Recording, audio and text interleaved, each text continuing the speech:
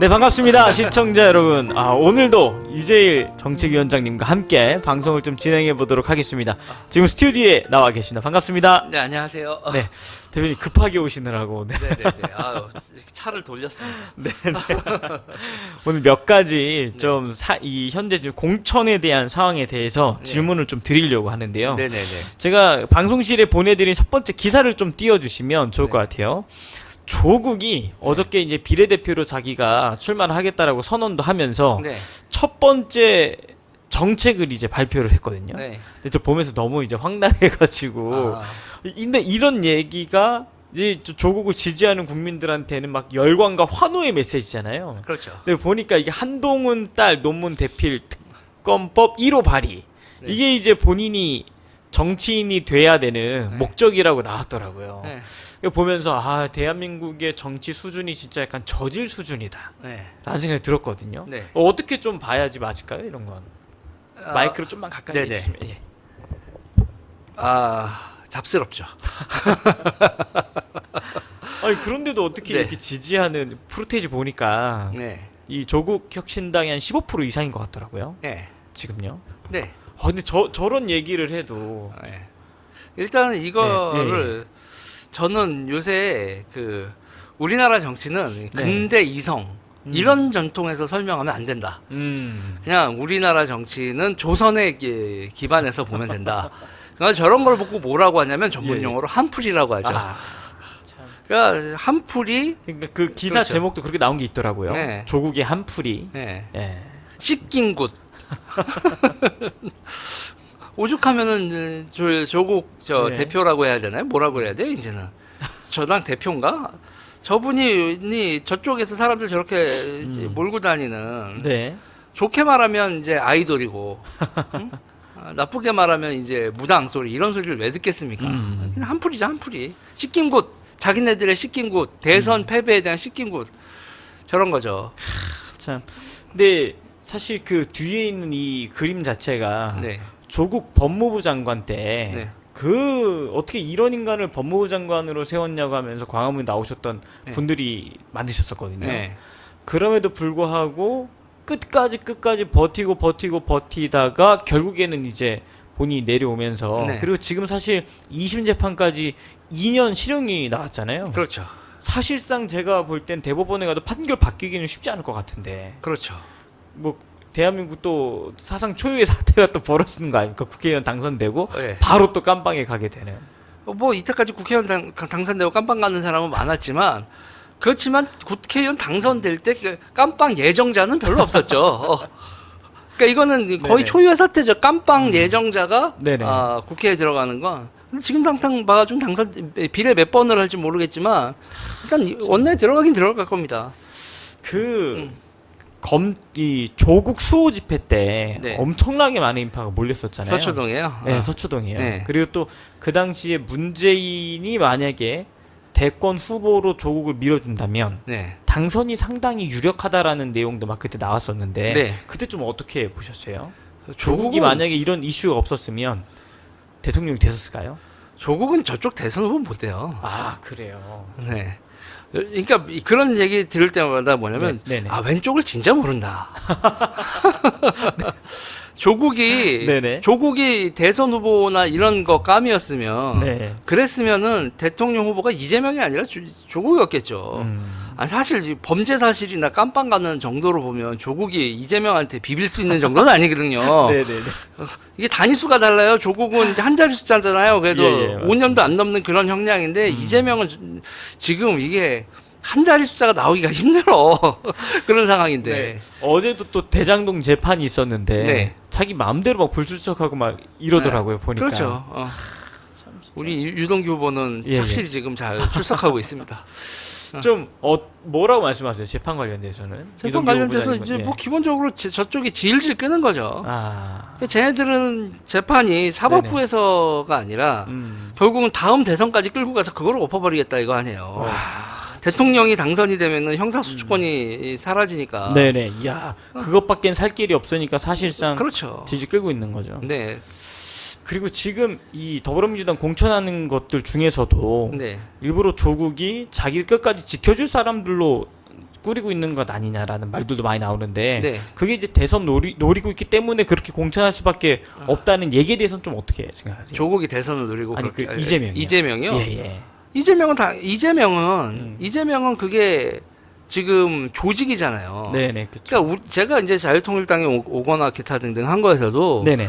이재명을 그렇게 하는 조직도 이재명이 아니면 힘을 쓸 수 없는 조직이에요. 아 그 조직을 그렇구나. 일명 뭐라고 부르냐면 자주파라고 부르죠. 거기가 경기동부연합을 주축으로 한 세력이라고 봐야 될까요? 경기 동부도 그 자주파 내에서 보면 일부분, 아 그래요. 예. 네, 일부분 더 그러니까 이 자주파는 경기 동부보다 훨씬 더 큰 개념입니다. 네네. 뭐 쉽게 생각하면 주한미군 떠나라파, 주한미군 떠나라 중립외교하자파가 저쪽에서 그 중에서 그 내부에서 강성이 네네.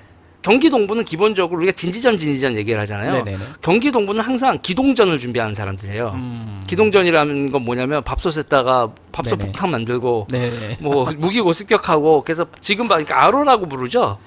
그러니까 그 아로는 우리가 이제 기동전이라고 말 타고 예, 뛰는 예. 거 이걸 뛰어가는 걸 그 기동전이라고 하잖아요. 네네. 기동전은 뭐냐면 집회, 폭력, 이런 걸 통해서 나라를 전복시켜서 자기네들이 권력을 잡는 거 이게 기동전이거든요. 네네. 근데 이제 좌파는 그렇게 하면은 자기들 망한다는 걸 알고 있어요. 대부분은 기동전을 하면. 네네. 그러니까 기동전의 전제 조건이 뭐냐면 상황이 무르익었을 때, 사랑이 무르익었을 때 기동전을 한다는데 경기동부는 시도 때도 없이 가면 애들이 지금 이 분위기 쟤네들 그러니까 반대를 한다기보단 경기동부는 쟤네들 네네. 입장에서는 뭐냐면 너무 빨개요. 쟤네들 입장에서도. 그렇구나. 네, 그래서 쟤네들은 기본적으로 이걸 뭐냐면 네. 기동전 말고 그 진지전이 기본이에요. 그러니까 진지전을 수행하고 있는 자주파들이 한 95% 돼요. 그러니까 경기동부는 그 중에서 5% 되는데 네. 나머지들이 입장에서 뭐냐면 그 5%가 자기들도 그렇게 말하고 싶은 거예요. 경기 동부 쟤네들이 말하는 저런 기동전 상황이 오면 얼마나 좋겠냐마는 정세 판단이 다른 거지 뜻이 다르진 않아요. 예. 온도 차이만 조금 다를 뿐이지 네. 생각이 똑같다는 거잖아요. 그렇죠. 그리고 네네. 이 진지전에서 진지 하나 먹어 들어가야 되잖아요. 네네. 거기서 제일 큰 게 뭐겠어요? 의회죠, 의회. 의회하고 대통령 자리를 네네. 진지전으로. 그러니까 대통령을 먹거나 네네. 그리고 국회를 먹어도 쟤네들이 혁명은 못 해요. 왜냐하면 이게 우리가 주한미군도 있고 국민 여론도 있고 그래서 맞습니다. 사람들이 그거 하라고 대통령이나 의회 구성을 해준 건 아니거든요. 예. 근데 쟤네들이 대통령이나 의회까지 그러니까 진지전의 끝판왕까지 다 먹어버리면 그러면 우리 사회를 얼마나 쟤네들이 점령해 나가겠어요. 진지 하나하나를 뺏겨 나가겠냐고요. 그리고 네네. 맨 마지막 고지탈환을 하기 위해서 기동전으로 전환을 하죠. 그러니까 지금 상황에서 저는 그런 거예요. 이재명이라는 사람은 쟤네들이 원하고 원했던 네네. 그 자기네들의 진지전을 끝까지 해줄 수 있는 대중적 정치인이에요. 그러면 사실 이재명이나 지지 세력들이 공생관계라고 봐야 되겠네요. 그렇죠. 그러니까 이재명은 네. 사실상 그 사람들에 대한 컨트롤할 수 있는 오더 내리면 그 사람들이 움직여주는 그런 관계가 아니에요. 그러니까 이재명은 그 사람들 입장에서는 네. 아무것도 아닌 얼굴 마담이죠. 그런데 서로가 필요하니까 네네. 이재명 너는 우리 없으면 안 되지. 이재명도 나 없으면 너희 안 되지.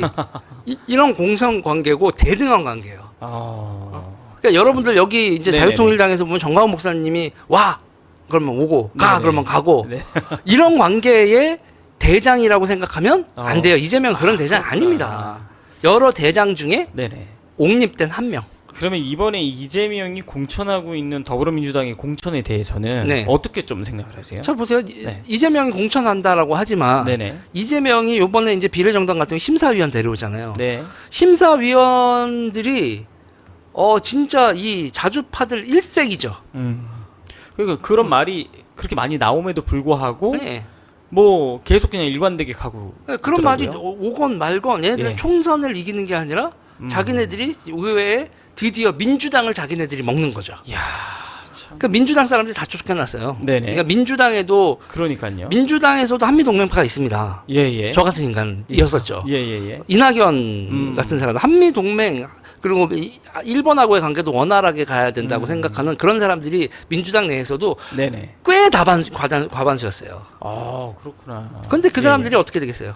다 밀려나죠. 그러니까 지금 밀려나서 갈 데가 없으니까 이제 그 지지하시던 지지자분들도 네. 지금 조국 혁신당을 지지하는 거라는 그렇죠. 평이 많이 나오고 있는데 네. 근데 이게 결국에는 총선 다 끝나고 나면 그래서 이게 지금 조국 혁신당에 집결하는 분위기 때문에 투표율이 상당히 높아질 것 같다. 네. 지금 우리가 지는 분위기로 가죠. 그 야당 분위기가 또 아이러니하게도 갑자기 또 좋아지는 분위기로 지금 언론에서도 나오기 시작했더라고요. 이대로 가면 저쪽이 이겨요. 대표님 그 어느 정도로 예상을 하세요? 이게 쟤들 만약에? 이대로 가면 예. 160석 나와요. 예. 쟤들이. 다 그러니까 합쳐서 되게 웃긴 게 좌파진영 뭐냐면 다 합쳐서. 국민의힘은 민주당을 이겨요. 네네. 예, 그러네요. 국민의힘은 민주당을 이기는 걸로 나오는데 예. 좌파 세력은 총 파이를 다 하면 우파를 이겨요. 이 총선 때랑 바뀐 게 없네요, 그럼요. 그 대선 때랑. 네, 대선 때도 걔네들이 살벌하게 따라붙었잖아요. 예, 맞습니다. 여론조사 10% 이기고 있으면 뭐래요? 0.73으로 이겼잖아요. 그러니까 이건 뭐냐면 네네. 거기서도 봐요. 우리 진영 대 진영으로 보면 저번 네. 대선도 졌어요. 심상정이 80만 표인가 또 받아갔었잖아요. 그러니까 36만 표인가 이겼는데 심상정이 출마 안 했으면 설마 윤석열 대통령을 찍겠어요? 이재명을 찍지? 그럼요. 예. 그러니까는 진영 대 싸움, 그러니까 좌파와 우파에서 어느 쪽에 표가 심각합니다. 많이 나왔냐 보면 저번 대선도 좌파가 표가 더 많이 나온 대선이었어요. 심상정이 출마해서 우리가 이긴 거지. 이번 총선에도 사실 그 진영 싸움으로 봤을 때는 저쪽이 좀 더 우세하다고. 압도적으로 우세하죠. 참. 그러니까 국민의힘이 민주당은 이길지언정 네네. 좌파는 못 이겨요 지금 상황에서. 그러니까 지금 보세요. 네네. 그러니까 사람들이 민주당 안 찍겠다라고 했었던 사람들이 그러니까요. 그러면서 조국 비례당을 찍겠다. 예. 그러면 조국 비례당 찍으려고 투표소 가야 되죠. 네네. 간 김에 지역도 찍는 겁니다. 참 이게 지금 무서운 사건인데. 그러니까 대부분이 사람들이 네네. 지지자들이 있잖아요. 우리 지지자분들도 윤석열 도대체 못 찍겠어. 라고 하는 분들이 민주당 찍지 않습니다. 의사분들은 지금 너무 그럼요. 화가 나서 그럴 수도 있는데 민주당 안 찍고 그냥 투표하러 안 나가거든요. 네네. 근데 그 사람들이 그래도 조국은 찍어줘야지 하는 식으로 해서 자유통일당 찍어줘야지 하고 비례로 온 사람들이 비례 네네. 찍었다가 네네. 우리 쪽은 국민의힘 지역 찍는 거고 저쪽은 찍는 거예요. 그러니까 지금 조국 비례당이 무서운 맞습니다. 건 예. 저쪽에 냉담한 사람들이 맞습니다. 교회를 따지면 냉담한 사람들이 교회 출석하게 만드는 거예요. 이게 결집하게 만드는 어떤 더불어민주당의 행태를 보고 화가 나갖고 다 때려쳐 했는데 네. 갈 데가 없었는데 조국 때문에 여기는 가야 되겠다 네. 해가지고 그쪽에 또 결집하는 모양새로 지금 가고 있더라고요. 그러니까 지금 되게 웃긴 거 뭐냐면 참. 여러분들 개딸을 우리만 싫어하는 게 아닙니다. 조국 지지하는 사람들 중에서도 개딸 네네. 싫어하는 사람들 무지하게 많아요. 개딸 꼴 보기 싫어서 민주당 거길 못 가겠다 이런 사람들 많거든요. 근데 그 사람들이 어떻게 하겠어요? 국민의힘으로 오진 않죠. 민주당 찍죠.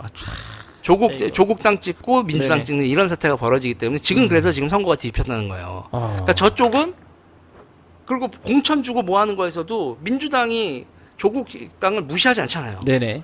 그러니까 기본 아주 간단하게 생각해 보자고요. 우리랑 장경동 대표죠. 네네. 한동훈 위원장이 만나주겠어요?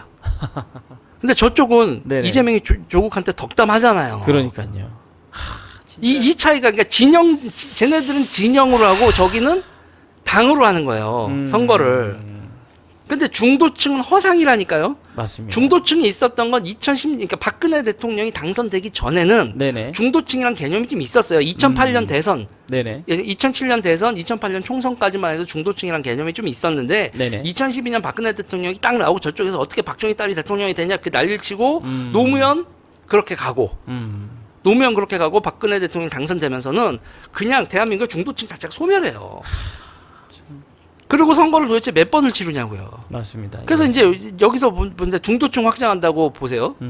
일단은 제가 아까 말씀드렸지만 우리 한미동맹파나 민주당에서도 있었다고 했잖아요. 네네. 쫓겨난 사람 순서대로 우리 여기 온 거란 말이에요. 김한길, 그죠? 최근에는 김영주, 이상민 네네. 맞습니다. 이렇게 오잖아요.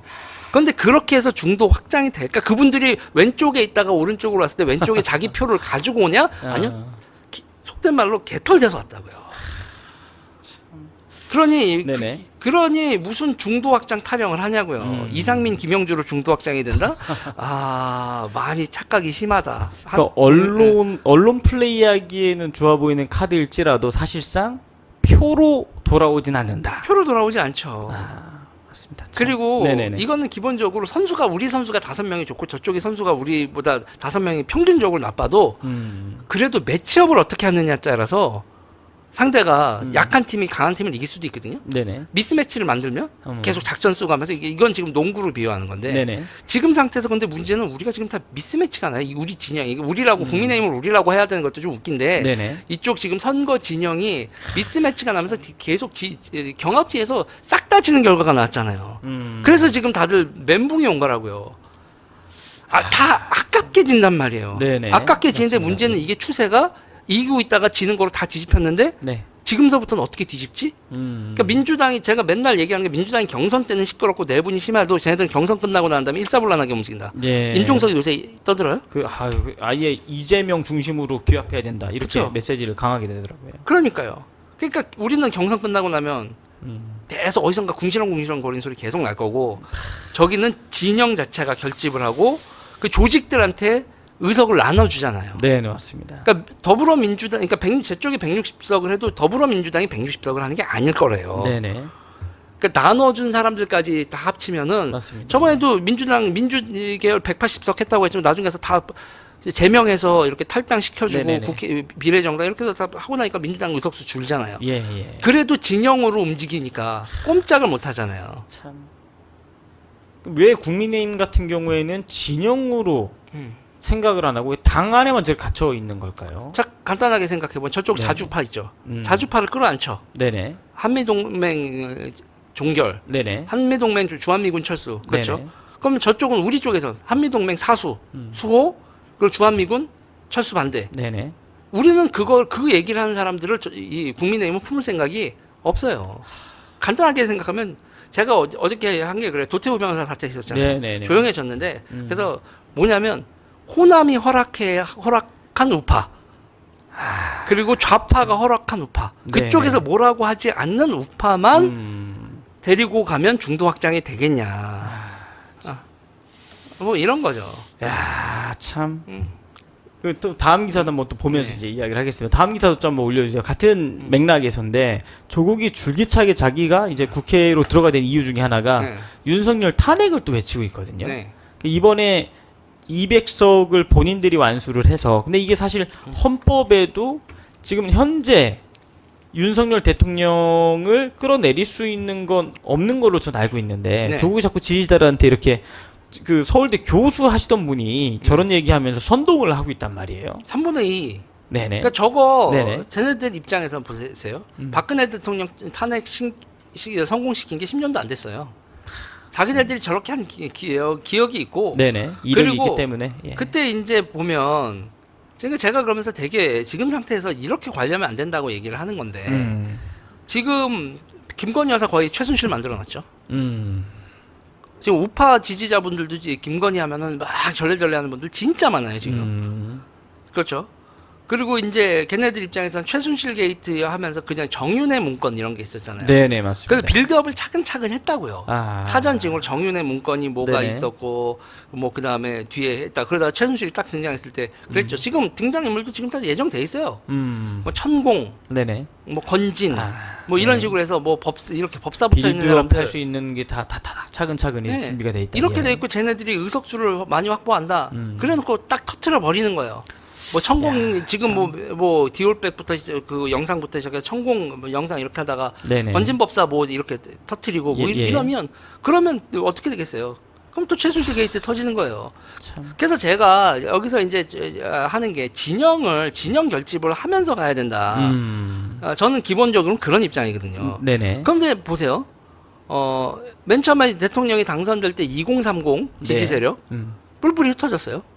이준석도 지지 안 하고 네네. 국민의힘도 지지 안 해요. 그러니까 이준석이 10% 지지가 나오나 2030한테? 그러니까 지금 우리를 80% 남자 2030 남자들 많을 땐 80 적어도 60 이상을 지지했었던 맞습니다. 세력이 흩어져 버렸어요. 아. 그리고 그 흩어진 이유는 뭐라고 혹시 분석을 좀 하시나요, 대표님? 선명하지 않았죠. 음. 그들이 요구한 거에 대해서 대선에 가장 여가부 폐지 딱 간단했잖아요. 네네네. 그게 의석수가 적어서 젠더 못하는 거긴 이슈에 하지만 대해서. 예. 젠더 이슈에 대해서 신지혜 사태가 났었고 그 이후에 계속 그런 류의 페미니스트들을 계속 영입을 했잖아요. 그러니까는 저는 그래서 그랬다니까요. 아유 이준석을 박살을 내도 네네. 이준석을 박살을 내도 그래도 2030 지지자는 품고 가고 이 이슈는 놓치면 안 되는데. 그러니까 30만 표 이긴 사람들이 이거를 포기하고 지지축의 한 축을 무너뜨리고 새로운 지지층을 뭐를 확보했지? 그래서 이번에 의사와 의사 가족들을 다 적으로 만들었잖아요. 이거는 그냥 지지층 이탈이 아니라 그냥 적으로 만들었어요. 적대시하고 있고. 참. 그러면 예. 보자고요. 우리 쪽에 있어서의 조직이라는 거. 그리고 이번에도 보면 지금 이 자유통일당이라든지 여기를 세력으로서 인정을 안 하잖아요. 그러니까요. 국민의힘에서는 네. 맞습니다. 그 1점 몇 %가 얼마나 무서운지는 심상정을 보면은 나오는 건데. 네. 그래서 그런 거를 해서 조직적으로 가면 그리고 그 기본적인 생각이 그거죠. 쟤네들은 어차피 지역에서 우리 찍어. 그리고 비례에서는 3% 못 넘어. 그런데도 우리도 이런 구도로 그냥 가는 거예요. 그러니까 지금 상황에서는 저는 그런 거예요. 속된 말로 이 집구석이 지금 망조가 들었다. 이게 어떻게 해야 될까요, 이게? 지금 어떻게 해야 네. 되느냐에서는 지금 조국의 신당이 네. 그러니까 많은 분들이 그래요. 이 정권부를 조국은 이 정부의 저쪽에서 보면 네네. 왼쪽에서 보면 가장 오른쪽이에요. 가장 오른쪽이에요. 아, 그렇구나. 예. 가장 오른쪽인데 저런 메시지를 내면서 가두리 양식을 쳐줘요. 근데 우리가 지금 봐야 될 게 우리 지지자들이 예. 중도층에서 세고 있는 게 아니에요. 아, 맞습니다. 예. 그러니까 도태우 변호사부터 시작을 해서 뭐 기타인데 우리 의사들부터 시작해서 우리 지지층 세고 있는 건 2030도 그렇고 우리는 오른쪽에서 세고 있다고요. 그래서 지금 저는 자유통일당이 가두리 양식을 해야 된다는 거예요. 그 사람들에게도 투표장에 와서 찍을 명분을 만들어 줘야 된다. 찍을 정당을 만들어 줘야 된다는 거예요. 그리고 지금 더불어민주당한테 실증과 실망을 느끼는 사람들이 조국 혁신당에 들어오는 것처럼 네. 그런 역할을 지금 자유통일당이 해줘야지만 된다 이 말씀이잖아요. 그리고 이제 여기서 또 하나 중요한 게 뭐냐면 네네. 이제 윤 대통령이 의사 탄압한 거에 대해서 저는 되게 실수가 크다고 보는 것 중에 하나가 정치학 용어 중에서 political efficacy라는 개념이 있어요. 정치적 효능감이라는 네네네. 개념인데 내가 지지하면 결과가 나온다라는 거예요. 내가 지지하면 결과가 나온다. 그러니까 지금 조국 지지자들은 자기가들이 지지하는데 쭉쭉쭉 하고 한국 정치에 무슨 효과가 있잖아요. 맞습니다. 예. 이런 효능감을 느끼는 거예요. 근데 지금 의사 선생님들 같은 경우엔 윤석열 대통령 찍었잖아요. 네. 80% 이상이 찍은 집단인데 그분들이 자기 손가락 꾼들고 싶잖아. 그러면 정치적인 효능감 자체가 바닥이에요. 정치적 효능감이 바닥이면 그러니까 내가 뭔 행동을 한 게 무슨 의미가 있어? 무력감에 빠진다고요. 야, 약간 박탈감 같은 걸 지금 느끼고 있다. 네. 근데 그런 사람들한테 그래 우리도 뭔가 해볼 수 있어. 라는 동기부여를 해주는 게 우리 당이 그 역할을 해야 돼요. 그러니까 많은 분들이 의사를 품으면 네. 윤석열한테 맞서는 거 아니냐 그러는데 네네. 제가 그래서 아주 세게 얘기한 게 있어요.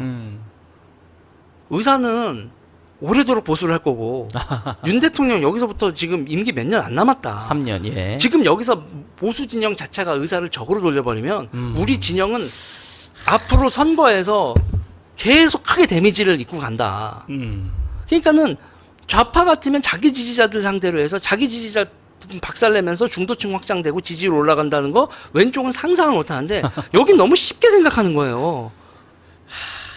그리고 그러면서 여기 이제 제가 자유통일당한테도 이제 깜짝 놀라는 것 중에 하나가 네네. 얼마나 국민의힘이 개무시하는지에 대해서 우리가 모르고 있으면 다 알잖아요. 그렇죠. 알죠. 예. 아는데 협상을 안 한다는 거죠. 그러니까 제가 이번에 이제 목사님하고도 얘기하고 했지만 네네. 우리가 국민의힘 그 지역구 찍어주자고요. 왜? 같은 진영이니까. 그러면 그 사람들도 우리한테 비례를 같은 진영이니까 우리 줘야지. 아, 그럼요. 당연히 네. 그렇게 해줘야죠. 예. 그러니까 우리가 선거구 도와주잖아요 지금 선거운동하고 뭐 그럼요. 그리고 지금까지 목사님께서 거의 진짜 아주 적극적으로 헌신적으로 그렇게 아예 입당까지 해서 막 입당하십시오라고 적극적으로 도와줬는데도 불구하고 이러한 일들이 발생을 하고 있어서 네. 말씀해주신 부분 잠시 후에 한 번 더 네. 좀 얘기를 진행을 좀 하고요. 다음 또 제가 살펴보려고 하는데 네. 이번에는 그 어제 이제 엊그저께 이 안규령 도봉이죠. 도봉갑인가요? 이번에 말이 참 많은 이 후보자인 것 같은데 이 논평이 하나 올라왔더라고요. 네. 근데 그 논평 제목을 제가 내용을 읽어보니까 네. 제가 제목 한 번만 올려주세요. 네, 4년 만에 아스팔트 태극기 부대로 돌아온 국민의힘 친일과 독재의 아바타입니다라고 해서 좀 올려주세요. 내용을 좀 보겠습니다. 돈봉투 수수 의혹, 5.18 역사 왜곡 주장, 난교 예찬, 이토 히로부미 인재 발언 등 국민의힘 총선 후보들을 둘러싼 논란이 가라앉지 않고 있습니다. 극우 유튜브를 애청하는 대통령을 떠받들더니 국민의힘이 도로 아스팔트 태극기 부대로 돌아간 것입니까? 그리고 이 얘기 자체가 태극기 부대는 극우 집단이고 이게 비하하는 내용이잖아요. 사실상이요. 그래서 그 안기령 이 후보자 자체도 논란이 많은데 내용을 보니까 또 이 광화문에 나오셨던 자유 애국 우파분들에 대한 또 비난 성명서처럼 이렇게 나오고 이런 부분들을 보면서 어저께 또 방송을 좀 다뤘었는데 좀 어떻게 보시나요? 안기령 후보자. 그러니까 간단하게 얘기해서 아까도 네. 반복이지만 네. 그러니까 우리나라의 정치에서 가장 극단에 있다라고 하는 정치 세력의 핵심 이슈는 주한미군이에요. 한미동맹이고 네. 한미동맹 해체 주한미군 철수파 극좌. 음. 그러니까 저 폭력을 동반하고 뭐 이런 거는 떠나서 그러니까 지금 스펙트럼에서 제일 왼쪽 극이라는 얘기 빼놓고 far left라고 할게요. 네네. 멀리 있는 왼쪽을 그러고 이쪽은 정반대잖아요. 네네. 한미동맹 강화, 주한미군. 그래서 보세요. 쟤네들이 우리 보고 친일파, 그러니까 예, 예. 친미파라고 비난하진 않아요. 아, 예. 왜냐하면 대한민국 대부분이 사람들 대부분 그쵸. 친미파니까. 예, 예. 그래서 쟤네들이 그거를 친미파를 비난하고 싶은데 대중적으로 친미파 대신 쓰는 게 뭐예요? 친일파잖아요. 이게 가끔 전술이라는 거고. 그리고 이제 보면 저렇게 지금 하면 네. 쟤네들은 그렇게 해서 주한미군 철수를 주장하는 그 세력을 비례대표도 주고 끌어안죠. 네. 우리는요. 저런 얘기 나오면 찔끔하고 끌어안지 않죠. 맞습니다. 예. 한마디로 말하면 저게 갈라치기인데 저 갈라치기에 우리가 당한다고요. 그래서 제가 뭐라고 부르냐면 저거를 좌파가 허락한, 호남이 허락한 우파 이렇게 얘기하는 거예요. 좌파에서 호남이 비토하면 여기서는 공직 후보자가 되지 못한다. 우리가 비토한다고 하면 쟤네들은 세탁해서 누군가를 또 대신 내보낸단 말이에요. 네네. 참. 그리고 또 하나 논란이 됐던 건 이제 본인이 지역구 돌아다니면서 선거 유세를 하는데 네. 아마 보셨을 것 같아요. 네.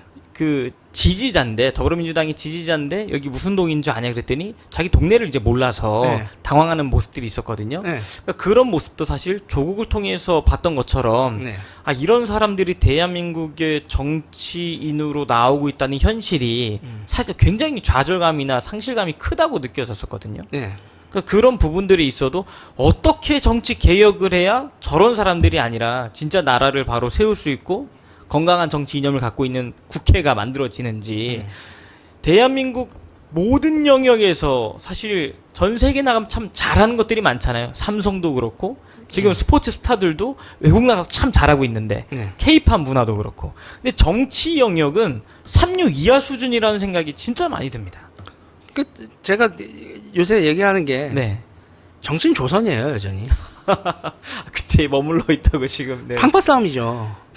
이거 어떻게 깨부셔야 되는 겁니까 이거? 이거를 극복하고 시고려고 가장 고민을 한 역사적 인물이 이승만 대통령이죠. 그러니까 이승만 대통령, 그러니까 우리가 이승만 정신을 되살려야 된다는 건 네네. 이승만 대통령이 생각했을 때 제일 중요했었던 건 그렇구나. 예. 제일 중요했을 때 한미동맹이 왜 중요해요? 사실 국가 예. 한미동맹이 중요한 거에서 우리나라 사람들이 되게 착각하고 있는 게 안보 때문에 중요하다고 생각하고 있어요. 근데 그거 되게 단순화시킨 거예요. 그러니까 역사적으로 보면 동맹이 제일, 그러니까 근대 역사에서 제일 동맹이 중요한 건 교역로예요. 교역로요. 네. 그럼 보세요. 우리나라 사람들이 열심히 살아봐야 교역로가 없으면 네. 쌀을 더 열심히 많이 만들어봐야 썩어요. 맞습니다. 예, 맞습니다. 예. 그러니까 뭐냐면 교역로가 연결되면 열심히 산 거에 대한 보상을 받을 수 있게 돼요. 우리가 만든 잉여를 딴 나라한테 갖다 팔 수 있게 되고 딴 나라가 필요로 하는 거면 그러니까 우리가 맨 처음에 이제 재봉부터 시작해서 경공업부터 시작해서 차근차근 중화공업하고 지금에서 우리가 반도체하고 자동차까지 팔잖아요. 예. 현대자동차가 우리나라가 필요하는 자동차가 몇 단나 된다고 800만 대를 만들겠어요. 그러니까 삼성이나 맞습니다. 현대는 예. 그렇게 물건을 팔 수 있는 거죠. 그럼 북한은 왜 저렇게 하느냐? 북한과 우리의 가장 결정적인 차이는 북한은 항구가 닫혀 있어요. 미국이 닫아버렸거든요. 맞습니다. 예. 그러니까 이승만 대통령은 이게 근대 역사라는 건 뭐 포르투갈이 됐건 스페인이 됐건 네네. 영국, 프랑스, 뭐 세계대전까지지 모든 거에서 그러니까 그때 있잖아요. 2차 세계대전 때도 독일이 무제한 잠수함 작전 왜 해요? 상선을 끊어버리잖아요. 네네. 교역로를 끊어버리는 거예요. 근데 그 모든 과정에서 이승만 대통령은 우리가 개항이라는 건 항구를 열고 교역로를 연결한다는 거잖아요. 네네. 그런 게 있을 때 동맹이 우리가 힘이 있거나 네네. 동맹이 없으면 어떻게 된다고요? 거래할 때 호구돼요. 그러니까 우리를 호구 취급하지 않으려면 네네. 우리가 호구 취급당하지 않으려면 일본이 그랬던 것처럼 일본이 영일 동맹 맺었던 것처럼 네네. 우리도 패권 국가 동맹을 맺은 국가가 돼야 네네. 이 나라가 잘 살게 되는 근간이다. 근데 거기에 있어서 이승만 대통령이 생각했던 자유민주주의, 사유재산제 이런 기본 개념에서 네네. 동맹을 맺고 교역로를 낸다라는 게 지금 우리 역사 교육에서 빠져 있고 무조건 우리는 뭐만 보냐면 휴전선만 안보라는. 보는 거예요. 안보만. 예. 근데 미국이란 존재는 미국은 휴전선을 지켜주는 존재가 아니라 그거보다 훨씬 더 큰 의미는 맞습니다. 예. 바다의 지배자라는 거예요. 그러니까 바다의 지배자인 해양 세력과 동맹을 맺고 네네. 자유민주주의 시장경제 원리하에 우리도 사유재산제를 만들어서 그러면 해외에다 물건 팔면 어떻게 돼요? 은행 계좌가 올라가잖아요, 돈이. 네네. 맞습니다.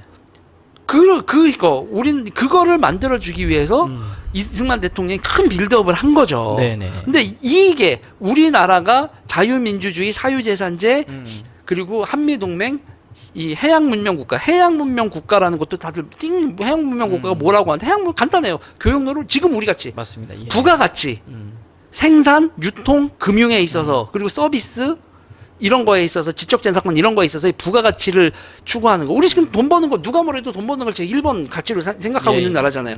그 돈 벌라고 하는 사람들이 열심히 살아서 자기 재산 축적하고 그리고 문명의 선도 그룹에 끼어드는 거. 그런 해양 문명 국가, 도전적이고 성실하고 이런 해양 문명 국가로 세워진 이 근간 자체.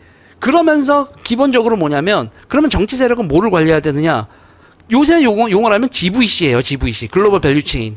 지금 뭐 엔비디아가 떠오르면서 뭐 삼성이 뭐 어쩌고 저쩌고 하는 이런 얘기 나오잖아요. 네네. 그러면 이 글로벌 시장이나 이런 거에서의 우리가 어떻게 전략을 세워야 되느냐가 정치의 근간이 돼야 되는데 이런 내용은 싹 다 정치에서 빠져 있고 심지어 맞습니다. 예.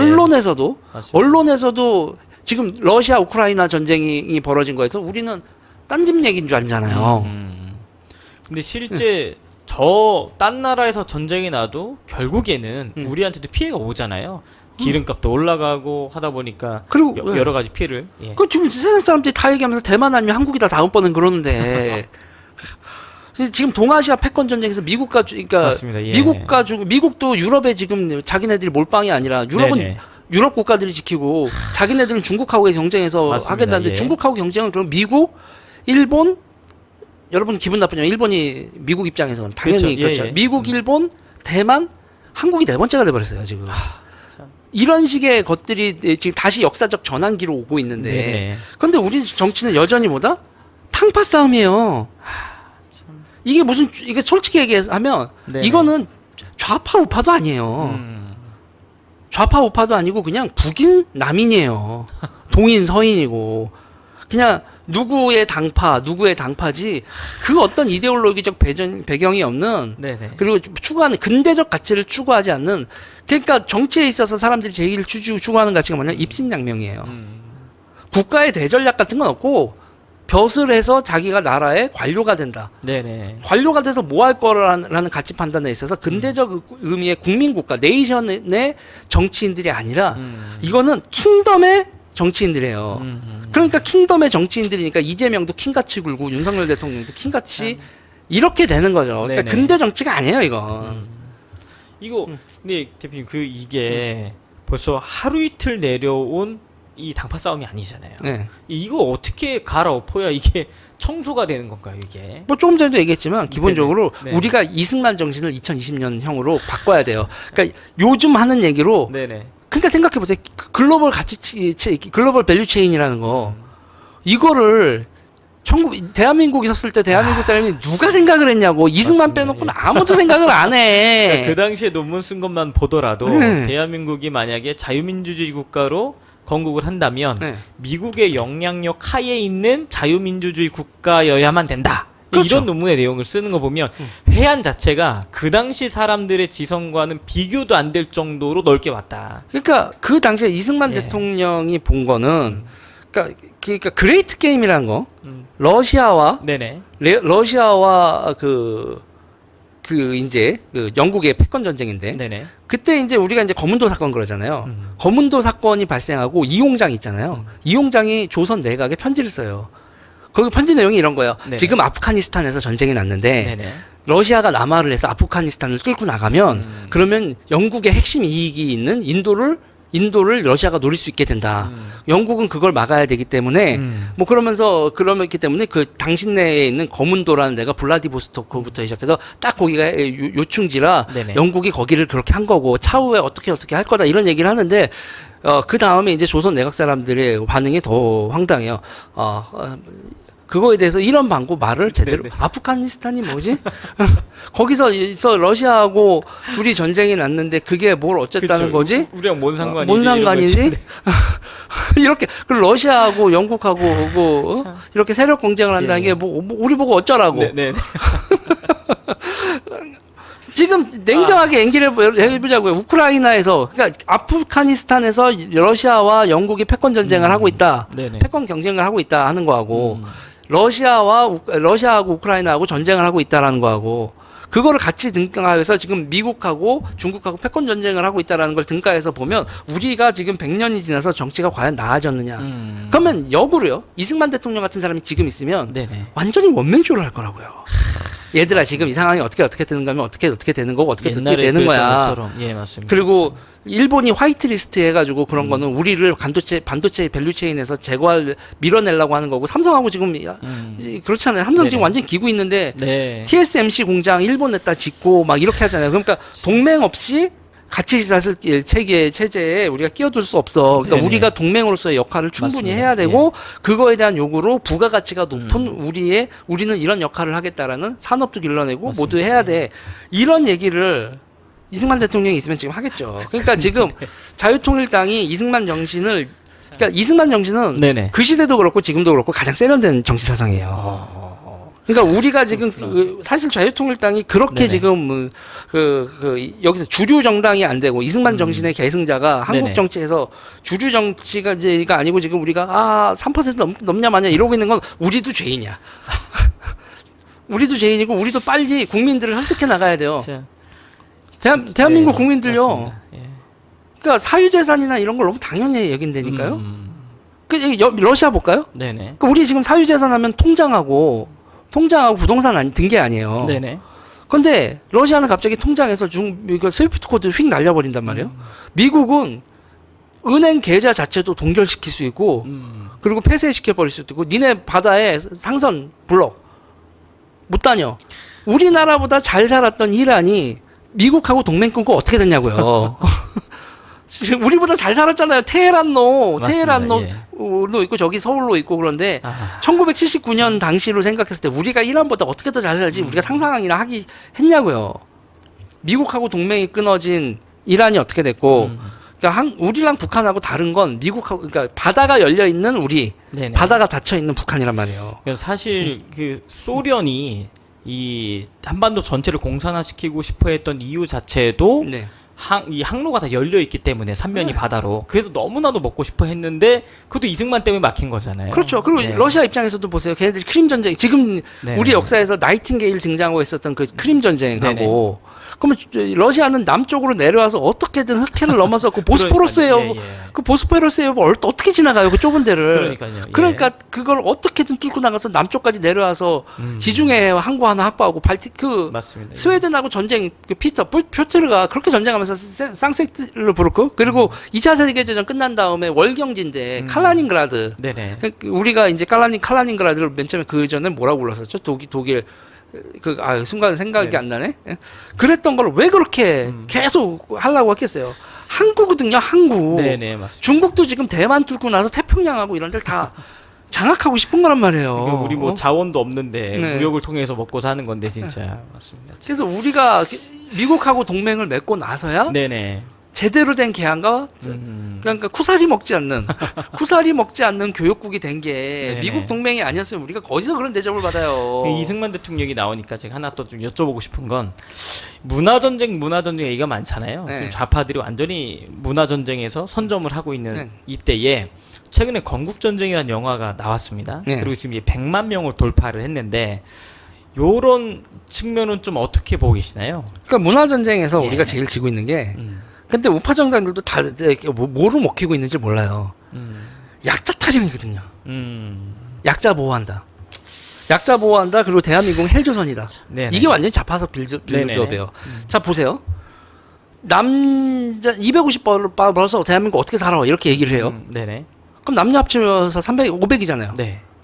그럼 남녀 지금 갈등이 돼 있으니까 지금 우리가 그렇잖아요. 남자가 집이 없고 뭐 어쩌고저쩌고 하면 그런데 남녀 합쳐서 500 버는 거 대한민국에서 어려운 일 아니에요. 500 벌어요. 네네. 그러고 300만 써. 300도 많이 쓴다고 하실 거예요. 네네네. 200을 저축해. 그리고 200 저축하면 1년에 2,400이야. 네. 뭐 나스닥 투자하고 뭐 어떻게 해서 잘 모으면은 5년에서 7년이면은 1억 5천 정도 모아. 네네. 그거 가지고 대출 받아서 이 30년짜리 대출 받아서 집을 사. 음. 남자 여자가 동맹 맺고 월세방에서 시작을 하든 뭐라도 어떻게 해서 해가지고 그러면 대한민국에서 30년 모기지를 하면은 집을 얻을 수 있어. 네네. 니네가 지금 부모가 그렇게 해서 장만한 집에서 아파트에서 살고 있었던 거야. 그런데 부모로부터 독립하자마자 바로 30평짜리 아파트가 니네 부모가 어떻게 살았는데 툭 떨어져야 된다고 툭 떨어져야 생각하는 거죠. 되는 예. 거고 부모한테 나 날아가서 살아야 되니까 그거 아파트 내줘요. 그러니까 이거에 대해서 우리가 네네. 있잖아요. 가장 기본적으로 니들 이 젊은 것들이 이 젊은 것들 손반벌 짜고 야 왜 그러니까요. 남자 여자가 싸우고 지랄 이러면서 그러면 쟤네들은 그러겠죠. 틀딱이라고. 네, 근데 문제는 생각해 보세요. 네네. 라떼는 말이지가 그러면 어르신들 보면 나라가 정말 가난했거든요. 그쵸. 나라가 정말 가난했는데 예. 그러면 우리 어르신들 이거 여기 우리 애국 진영에 계신 많이 어르신들은 보고 계십니다. 어떠냐? 강해요. 강한 사람들이야. 네네. 그게 얼마나 강하냐면 아니면 자기 몸 하나가 아니라 예예. 자기 몸 지금 건사하기도 요즘 애들 어렵다고 그러잖아요. 그 가난했던 나라에서 자기 몸 건사가 아니라 자기 가족 맞습니다. 심지어 예. 가족도 자기 마누라하고 자기 자식들인가? 한둘이 아니죠. 아니죠. 예. 부모, 완전 대가족 체제. 형제 그것까지 자기가 다 책임감을 짓고 끌고 나갔었던 네네. 진짜 강인한 사람들이란 말이에요. 맞습니다. 예. 그런데 어느 순간부터 젊은 것들이 약자면은 젊고 손발이 멀쩡한데 부모한테 뭐를 물려받지 못했으면 다 약자고 대한민국의 시스템이 잘못되고 카르텔이 못되고 이렇게만 얘기를 하는데 네네. 아니 최저임금 그렇게 받고 음. 조금만 기술이 있으면 혼자도 맞습니다. 4,500 벌고 이 어. 대한민국은 진짜 기술 하나만 있어도 절대 굶어 죽지 않습니다. 그러니까 도대체 이 나라가 네. 니들이 성실하게만 살면 맞습니다. 예. 왜 문제냐라고 얘기를 해준 사람이 없어요. 음. 니들은 약자야. 청년은 약자래. 아프니까 청춘이다. 아프니까 환자지. 그 김재동이랑 그런 강사들이 좌파 진영에서 그거를 하고 있는 거잖아요. 그러니까 문화에서 그러면서 질질 짜고 동정과 그 사람의 그리고 약자를 돕는 거는 우리가 선이라고 생각하잖아요. 근데 그렇게 되다 어떻게 되냐면 약자를 권장하는 거예요. 그러니까 점점 하향 평준화를 시켜버리는 거잖아요. 사실. 그렇죠. 네. 근데 문제는 뭐냐면 우파 진영도 이거에 대해서 다 말려 있으면서 자기가 잘난 엘리트야. 그러면서 대한민국의 가난한 사람들이나 뭐를 위해서 돌봐야 된다고 얘기를 해요. 그러면 안 된다는 거예요. 제가 그래서 요새 자주 하는 얘기가 우루과이 라운드 때 네네. 그 협상할 때 이슈 2개였어요. 농민과 스크린 쿼터였다고요. 네네. 둘 다 보호해야 된다. 우리가 미국 사람들하고 어떻게 경쟁하고 일본한테 우리가 절대로 개방할 수 없다. 그랬거든요. 네. 그래서 개방한 농촌 어떻게 됐고 개방한 스크린 쿼터 개방해서 지금 한국 정화가 망했어요? 아니면 전 세계로 팔려나가요? 아니 제가 농촌도 있잖아요. 우리가 그렇게 보호한다라고 그래서 그렇게 보호해서 농촌 총각이 장가 갈 수 있어요? 이제 답답한 소리 하고 있는 거죠. 사실. 그러니까요. 예. 그런데 지금 네덜란드 같은 나라는 예, 예. 우리가 반도체 파는 만큼 농산물을 팔아요. 그 아. 나라가 우리보다 뭐 농토가 넓어, 뭐가 넓어. 그러니까 결국에는 곡물을 사오고 네네. 채소, 과일 등 그리고 우리가 철강석 사와서 포항조철에서 네네. 그 강철 만들잖아요. 스틸 네네. 만들잖아요. 마찬가지예요. 네덜란드도 곡물은 땅원이 적어서 원자료가 되는 곡물은 사와요. 수입을 하는데 그걸 가공해서 네네. 고부가 가치로 만들어서 식품을 팔죠. 그래서 우리 반도체 버는 만큼 $1,000억 달러씩 번단 말이에요. 흑자가. 그러면 우리도 생각해 보자고요. 이 동북아 일대에서 네. 여기 부자들 이렇게 생기고 있잖아요. 동남아도 지금 부자 많이 생기고 있는데 맞습니다. 예. 가장 믿을 수 있는 고품질의 농산물을 우리가 만드는 그런 나라가 될 수 있어요. 근데 그렇게 할 수가 없죠. 왜냐하면 기업이 하면 안 되니까. 네. 소농민들 보호해야 되니까 다 작게 조금 있는 맞습니다. 예. 자경련들 보호해야 된다고. 그러면서 지금 노인분들 왜 논농사 지어요? 그분들 노동력은 상실했는데 맞습니다. 전화해주면 수확해줘. 네, 다 해주는데. 다 해주고 그리고 나라 보조금 나오고 이렇게 하고 그런 데서 무슨 경쟁력과 생산성이 나오겠냐고요. 맞습니다. 예. 그 결과 대한민국 도시민들은 식료품값 세계에서 가장 비싼 식료품값을 감내하고 있고 네네. 농민들은 저소득이고 그러니까 이 약자 보호라는 게 참 되네. 그러니까 간단해요. 제가 얘기하는 게. 그러니까 엄마 나 공부하기 싫어. 어린이는 놀아야 돼. 그래 우쭈쭈쭈 내 새끼. 어이구 어린이는 놀아야지. 네네. 그렇게 키웠다가 어떻게 되겠냐고.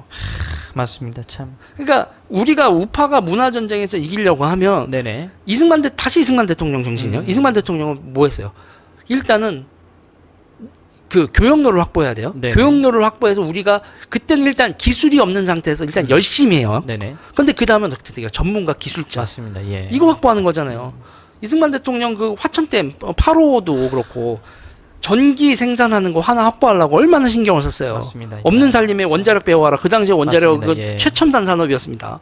근데 그거를 미리 내다보고 준비를 그때부터 했던 거잖아요. 그리고 이제 그쵸. 그리고 예. 제철소 필요하다는 거 기본적으로 알고. 저는 그 이승만 대통령이 하셨던 것 중에 많은 일들이 있었지만 뭐 농지 기업은 말할 것도 없지만 그 당시에 그 가난한 나라에서 유학생 한 2만 명 이상을 꾸준히 보내서 네. 결국에는 그런 인재들이 대한민국 경제 발전을 일으키는 핵심 주역들이 됐었던 거잖아요. 그렇죠. 그리고 그중 유학생 중에 한 명이 또 박정희 대통령도 그 당시 유학생이었다고 하더라고요. 네.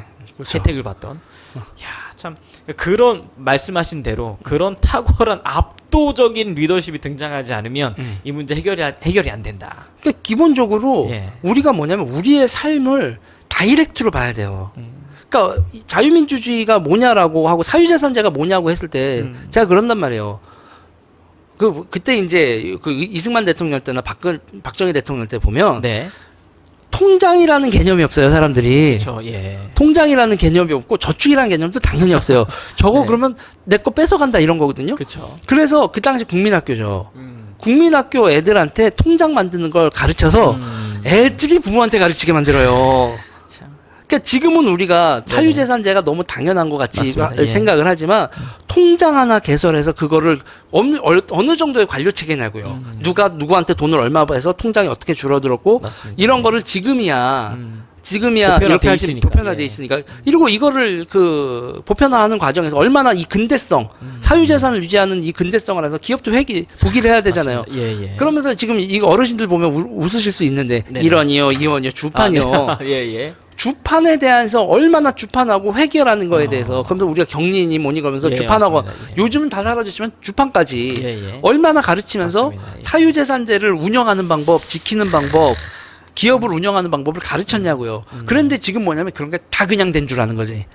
이런 게 되는 과정에서 항구랑 도시랑 연결하는 고속도로를 만들고 그 네네. 안에 금융 시스템 만들고 거기에 이제 그걸 국민들을 계몽하고 교육하고 그게 그냥 다 기본적으로 된 거고 그렇게 만들어놔서 시스템을 만들어 놓고 네네. 만들어놨는데 그런데 이 시스템이 니들한테 착취를 하는 나쁜 시스템이고 대한민국 시스템은 나쁜 시스템이고 다 카르텔들이 지배하고 있고 네네. 너희들은 다 돌팔매질을 해야 돼. 근데 이거에 우파들도 지금 같이 하고 있잖아. 맞습니다. 예.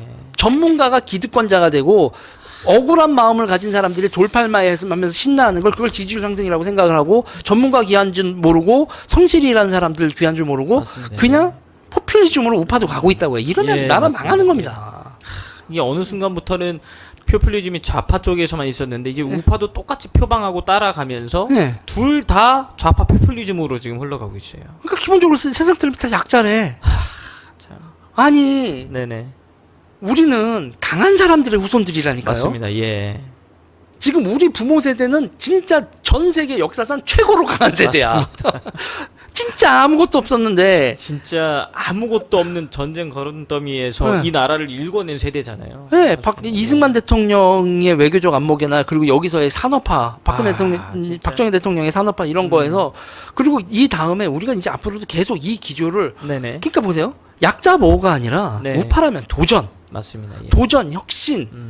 그리고 옛날 거 완전히 지금은 진짜 라떼는 말이가 나오겠지만 근면자조 협동, 특히 남녀 사이의 협동.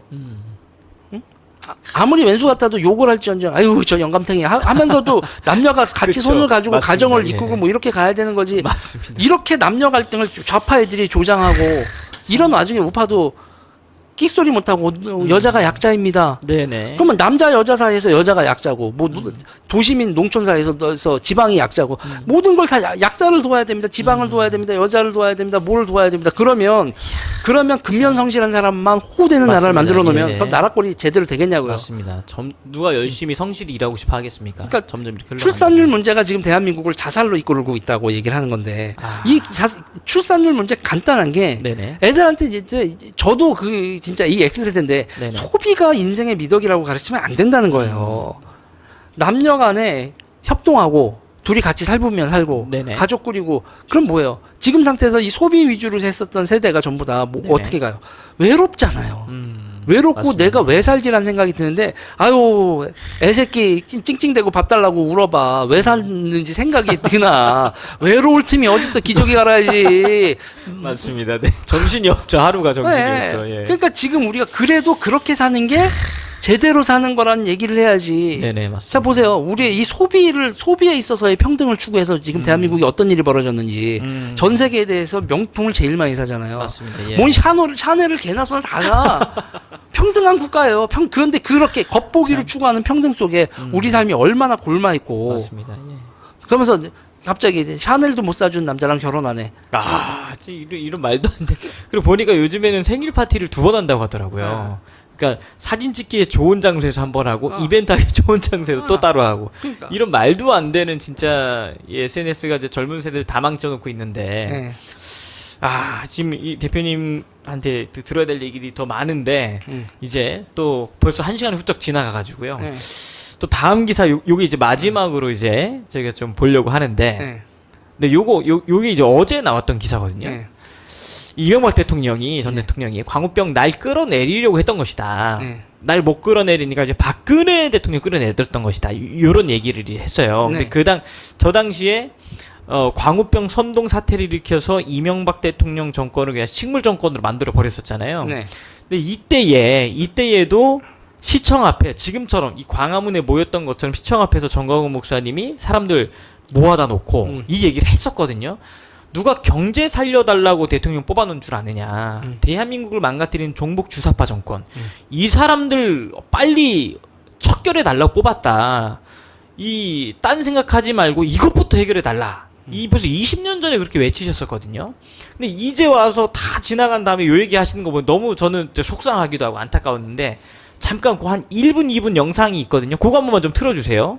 아까 이제 예, 요거 한번 잠깐 보도록 하겠습니다. 소리 킨 다음에 이명박 장로님 누가 경제 살려달라고 대통령 세웠어? 우리가 장로님을 대통령 세울 때는 이 나라를 망치는 대한민국 종북주의자 좌파 정권이 만들어 놓은 그 거짓을 척결해 달라고 세운 거야. 나는 당신을 위하여 집행유예 받았어. 당신이 530만 표를 다 까먹을 자격이 있어.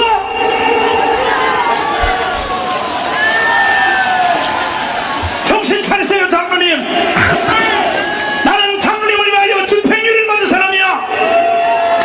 앞으로 1년 9개월 동안 다시 한번 두고 볼 텐데 뭐라고요? 명예롭고 행복한 퇴임을 위하여 앞으로 노력하겠다고요? 누구 맘대로? 장로님 퇴임식 한 날 나는 전국 청교도를 다 데리고 이 상태로 정치하면 퇴임한 날 전국 청교도 300만을 이끌고 당신에게 난 계란 던질 거야. 여기까지만 보겠습니다. 그러니까 사실 저도 한 20년 전이니까 제가 고등학생 때 이 집회에 참석을 했었는데 이게 이제 우파 정권에 어쨌든 힘을 실어주기 위한 모임 그런 집회였는데 목사님께서 이렇게 말씀을 하셔서 저는 저 때도 종북주사파 이런 개념이 사실 없었거든요. 근데 그때부터도 지금 대한민국을 좀먹고 있는 종북주사파 문제 해결 안 하면 이거 나라 위험하다. 그리고 대통령들 힘 못 쓴다. 이 얘기를 하셨는데 저 당시에는 다들 이런 얘기를 또 이해를 못했는데 이제서야 조금 이제 이해를 정치 지도자들도 말도 하고 얘기도 조금씩 꺼내는 것 같아요. 이런 부분들은 좀 어떻게 생각하시나요? 이명박 대통령 네네. 나도 운동권이야 그랬잖아요. 나도 한일 협상 반대하고 지지율 떨어지니까 독도 갔잖아요. 일본하고 관계 어떻게 될지 한미일 네네. 동맹 관계 어떻게 운영할지 이런 그랜드 플랜 이런 게 없고 일단은 네네. 이러면 인기 올라가겠지. 진짜 이게 가자 독도 이거 아닙니까? 그리고 이걸 왜 그렇게 하면 안 되는지에 대해서 구구절절 설명하기엔 지금 그렇고. 네네. 그러니까 지금 대한민국 정부에서는 대전략이 없어요. 아, 그 얘기 많이 하시더라고요. 대전략이 없다. 없어요. 예. 박근혜 정부 때 제가 박근혜 정부 욕 많이 하는 것 중에 유라시아 대전략이 있었거든요. 그래서 이제 거기까지 이제 그 컨테이너를 유럽으로 유라시아로 이렇게 하고 그 러시아 석유 천연가스 들여온다. 네네. 그랬으면 지금 작살났죠 우리. 그렇죠. 예, 네. 맞습니다. 그거 철도로가 1년 내내 나르는 컨테이너 물동량이 예, 예. 배로 배 한 대가 움직이는 양보다 못합니다. 그렇구나. 그러니까 이게 아주 신기한 게 물리법칙으로 생각을 해야 돼요. 물은 배를 띄우잖아요. 예, 그렇죠. 이 중력을 거스르는 데에서 맞습니다. 물만큼 좋은 게 관계 아직 없죠. 없어요. 예, 맞습니다. 예. 연료 적게 들고 예, 예. 아무리 커도 물에 뜨거든. 진짜. 근데 그거를 철도가 기술이 그러니까 그게 액체라든지 이런 건 파이프라인으로 해서 네네, 보내버리면 되는데. 해상 물류랑 비빌 수 있는 뭔가가 있지만 철도로 해상을 대체한다는 건 네네. 그거는 그런 대전략을 세우면 절대 안 된다. 그런 거죠. 그래서 저는 계속 우파 정부나 기타 등등에서 문제는 네. 우리가 반공을 넘어서야 돼요. 그러니까 반공을 넘어서 네. 대전략이 그러니까 반공은 공산주의를 막는다거든요. 그런데 이제 우리가 그거는 가난하고 모두 없는 나라가 그러는 거고, 그러니까 우리는 세계 경영을 하는 나라예요. 그러니까 자유민주주의 세력이 네네. 한미 동맹을 맺고 그리고 세계의 교역로에서의 우리가 당당하게 네네. 5대 국가, 교역로 5대 국가, 국민소득에서 그러니까 이 자유민주주의 지형 해양 문명 세력에서 네. 위상을 전 정강 목사님이 G2를 얘기하는 건 사람들이 다 무슨 이상하게 보던데 저는 왜요? 지금 상태에서 영국 저 모양이고 프랑스 저 모양이고 독일 저 모양이고 일본이 지금 너무 치고 올라갔는데 네네. 그러면 우리가 이제 G2, G3 해양 문명 국가에서 맞습니다. G2, G3 예. 도약할 수 있죠. 참. 그러니까 이게 우파 지도자들 중에 이렇게 용기 있는 지도자가 별로 없는 것 같아요. 그러니까 우파 지도자들이요. 예. 그러니까 우파 지도자들이 이제 문제는 제가 봤을 때 문제는 저 세대는 네. 80년대와 90년대 대학가에서 무슨 일이 벌어졌는지 네. 주사파란 애들이 어떻게 돼 있고 진지전이 어떤 건지에 대해서 몰라요. 인지 자체가 없다. 인지 자체가 없어요. 그리고 가장 큰 보수 우파의 문제점 중에 하나는 네네. 경기 동부나 기타 등등이 파고드는 우리 사회의 문제는 그거는 네네. 엘리트층이 아니라 하층민 노동이에요. 이게 지난번에 그 오세훈 서울시장님 만났을 때 전장현 관련돼서 얘기해 준 걸 그제서야 이제 알았다고 한 얘기 듣고 네. 이게 진짜 무지하구나 사실 이게. 그러니까 하층민 노동 시장에 대해서 네. 우파들은 관심이 없는 거예요. 그러니까 왼쪽 애들은 그렇구나 이게. 왼쪽 애들은 바닥에서 하면서 네네. 화물, 맞습니다. 물류 예. 뭐 이런 거에서 다 조직화하면서 그러는데 세상은 잘났고 고시붙으니까 국민의힘은 기본적으로 딱 세 가지거든요. 기수가 있어야 돼요. 고시기수, 네네. 고시기수, 언론고시. 네네. 그 언론고시는 그런 게 있지도 않은데 국가시험도 아닌데 네네. 언론사 기수. 그러니까 공식적인 거에서 나 출세하고 뭐 한다는 이 기수를 따지고 있는데 이 기수 따지고 그러면 그 기수들 사이에서 정치에 매몰되고 요번엔 누구 차례야 누가 얼마만큼 가져가서 이러다 보면 하층민 노동시장에서 어떤 일이 벌어지는지 모르고 그러다가 쟤네들한테 다 뺏기고 네네. 털리는 겁니다. 대표님 이번 4월 10일 총선이 끝나더라도 네. 국회의원들의 임기가 5월 31일까지 지속이 되잖아요. 네. 그래서 지금 저 좌파 진영의 180석이 만약에 현재 선거에서 지게 된다면 그냥 넘기지 않을 거다. 이제 목사님께서는 거의 내란 수준에 가까운 폭군을 일으킬 거다라고 말씀하고 계시는데 네. 뭐 어떻게 보시나요, 대표님? 저는 그걸 우리 내부에서만 보면 안 된다고 봐요. 그러니까 국제 정치 상황 돌아가는 건데, 예. 그러니까 우리가 제일 우리 나라 사태를 보면서 우리 뭐 5.18, 4.3 이런 얘기를 하잖아요. 네네. 근데 우리가 제일 우리나라 정치와 관련돼서 와인버거 장관이 얘기하는 거나 이런 거에서 우리가 모델로 봐야 될 건 뭐냐면 이란이에요. 왜 이란의 79년 혁명이 중요하냐면 네네. 친미 국가가 소요를 관리 못해서 네네. 반미 국가로 돌아간 거예요.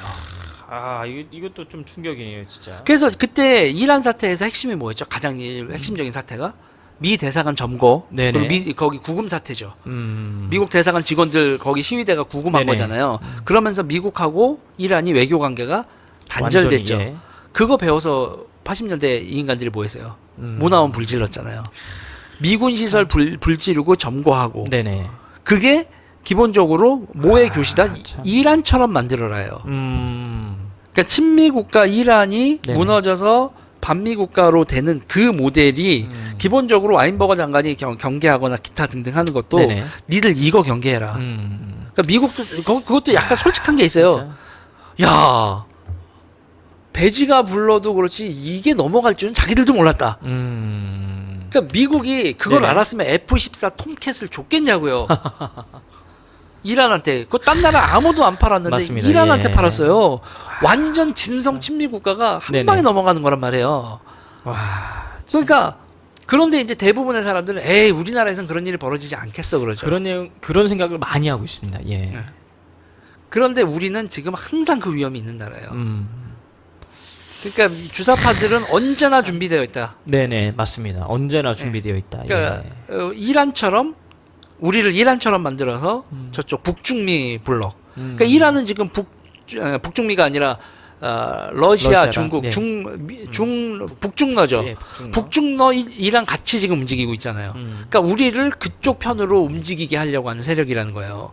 그리고 지금 세계 대전이 그러니까 우크라이나 전쟁이 지금 세계 대전으로 번지냐 마냐 네, 있고 말들이 많았죠. 예. 지금 시진핑은 2017년까지 대만 점령을 군사 준비 완료하라고 했고 이제 A2AD 전략이라든지 제1도련선 돌파 전략이라든지 누가 봐도 이게 진짜. 아시아와 그러니까 딱 그렇게 보면 돼요. 일본이 진주만 폭격한 다음에 예. 남방 전선으로 해서 쭉 확장해 나갔잖아요. 네네. 중국도 그거랑 똑같이 하고 싶은 거예요. 그러니까 일명 남방 자원지대 공무와 석유와 네네. 목재 뭐 기타 등등 여러 가지 그 파묘라든지 곡식이라든지 이런 거 다 할 수 있는 남방 자원지대를 자기의 영향력 하에 두고 세계의 바다를 미국이 다 지배하던 시제에서 다시 그 전 식민지 분할 여기는 영국 영역 여기는 프랑스 영역 이런 식으로 영역이 있었듯이 자기들의 영역을 가지고 네네. 미국하고 맞짱을 뜨려고 하고 그 영역으로 동남아 자원지대하고 호주, 대한민국까지 네네. 걔네들이 보고 있는 그레이트 게임이 지금 벌어지고 있는 거죠. 야, 참 몇 년 안 남은 것 같습니다. 이게. 예, 2027년이면 진짜 얼마 안 남은 거죠. 근데 이런 얘기하면은 네네. 황당한 얘기 한다고 그러는데 딴 나라 외교 저널이나 기타 등등 보고 맞습니다. 예. 러시아 우크라이나 전쟁이 났는데도 지금 이런 거를 정치 이슈가 안 된다라는 거는 한국 정치가 조선이라서 그래요. 이용장이 거문도 사건 났을 때 편지 보냈을 때하고 지금 똑같다. 그때의 예. 고종의 내각하고 지금의 한국 정치인들하고 뭐가 그렇게 다르겠어요. 맞습니다. 그러면 이제 저희 코앞에 다가온 가장 이제 가까운 전투는 사실 4월 10일 총선이지 않습니까? 네. 그러니까 자유통일당에 계시는 우리 일반 회원분들과 진성 당원분들이 4월 10일까지 어떻게 움직여 주셔야 되는지 그 말씀 한마디 전략적으로 해주시고 마무리를 좀 하도록 하겠습니다. 저는 기본적인 전략은 그거죠. 그러니까 그거 우리는 우리 입장에서 비례 많이 따야죠. 우리는. 맞습니다. 예. 그리고 지역구는 우리가 될 수 없으면 국민의힘 찍어줘야 되는 거고 좋든 싫든 네. 한동훈이 좋든 싫든 이제 무조건 지역구는 찍어주고 이게 기본 전략인 거고 그럼 저쪽은 어떻게 해야 되냐? 네. 우리의 빈정을 상하게 하면 안 되죠. 그러니까 요번에 부활절 준비하면서도 네네. 우리 무시하고 하잖아. 그러니까 정말, 예. 정강훈 목사님이 아니라 다른 목사님들하고 네네. 행사 진행하잖아요. 맞습니다. 예. 이거는 예. 그러니까 제가 그런 거예요. 이런 개무시는 예. 우리가 따지지 않아서 그럴 테니까요. 요번에 선거에서 나왔을 때 그거예요. 우리가 도와주면 네. 그 지역에서 도움받은 사람한테 요구해야 된다니까요. 비례 요번에 우리 이 지역구에서 10% 못 받으면 5% 못 받으면 당신하고 우리는 이제 다시 볼 일 없어. 맞습니다. 예. 근데 되려 지역구로 내려오신 분들 얘기 들어보면 저희가 자유마을에서 이 계속 선거운동 하시는 분들 얘기를 들어보면 국민의힘에서 찾아와서 도움을 요청한다고 하더라고요. 그러면서 먼저 제안을 한다는 거예요. 네. 비례대표는 우리 자유마을에서 하고 있는 네. 자유통일당. 네. 그 아예 홍보할 때도 그 현장에서 지역구는 저희를 찍어주시고 비례 정당은 자유통일당을 찍어주시고 이렇게 얘기하시는 분들이 조금씩 있다는 거예요. 조금씩 늘어나는 거죠. 예, 맞습니다. 이게 분위기가 안 갈다가는 안 될 것 같거든. 그러니까요. 그러니까 우리는요. 그런 힘이 있는데 이게. 참. 그러니까 서로 주고받을 때 백지수표도 주고받으면 안 돼요. 네네. 백지수표는 알고 보면 공수표거든요. 그쵸, 그래서 나중에 예. 썼더니 이거 실제 맞습니다. 이거 예. 이거 효력 없어요. 이렇게 효력 하면, 없어요. 들어갈 때 마음하고 나올 때 마음이 다른 거죠. 예. 맞습니다. 그럴 때 많은 분들이 전 목사님이 뭐 한 성과를 한다라고 생각하시지만 전 목사님은 그래 하고 다 너그럽게 그러잖아요. 그 사람들 아유 전 목사한테는 그냥 이거 네. 공수표 해도 돼. 아, 이게 기본 진짜. 정서라니까.